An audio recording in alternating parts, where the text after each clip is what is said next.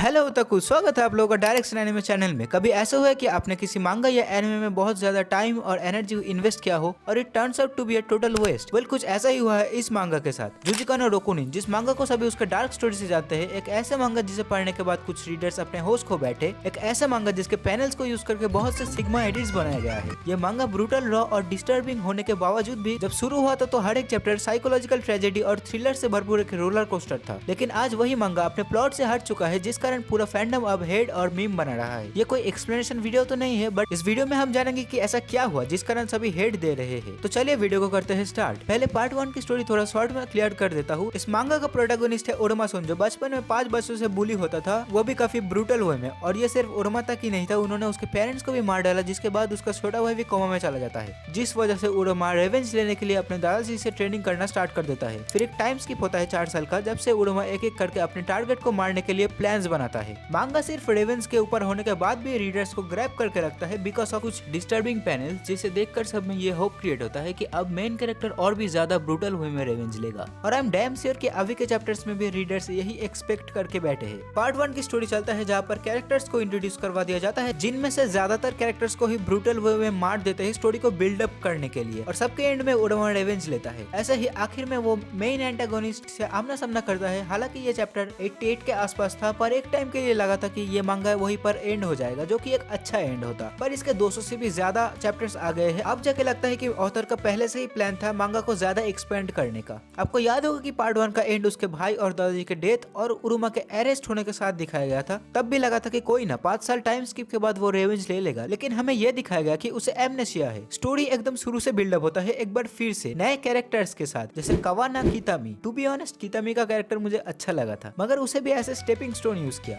जिसके बाद से ही स्टोरी थोड़ा थोड़ा ऑफ ट्रैक लग रहा था। जब उन बुलीज के पेरेंट्स को दिखाया गया तो मैंने ड्रॉप कर दिया था। फिर रिसेंटली एक पोस्ट देखा जहाँ पर कोई जुजिका नो रोकुनिन मांगा सजेस्ट कर रहा था, तो मैंने एक बार फिर से चेकआउट किया, और इस बार कुछ ज्यादा ही ऑफ ट्रैक जा चुका है मांगा के ऑथर जानबूझकर बेकार और यूजलेस सीन्स ऐड कर रहे हैं अब मांगा में। ऊपर से उरुमा को भी पूरा वीक और कमजोर बना दिया। अगर तुम्हें याद होगा तो उरुमा जब अराउंड 12 साल का था तो उसने लिटरली एक पैर को उखाड़ दिया था। उसके बाद 16 साल की उम्र में जब कुगा से उसका फाइट हो रहा था, और वो बुरी तरीके से घायल होने के बावजूद भी उससे फाइट करता है। एंड इस बार भी सेम सिचुएशन में आता है उरुमा, जहाँ पर एक बंदा उसे जमीन पर पटक रहा है और वो कुछ नहीं कर पाता, एक पंच से ही सो गया वो। उससे पहले उसके सामने 2 लड़की मरी जा चुकी है और उरुमा सिर्फ एक जगह पर खड़ा होकर देख रहा था।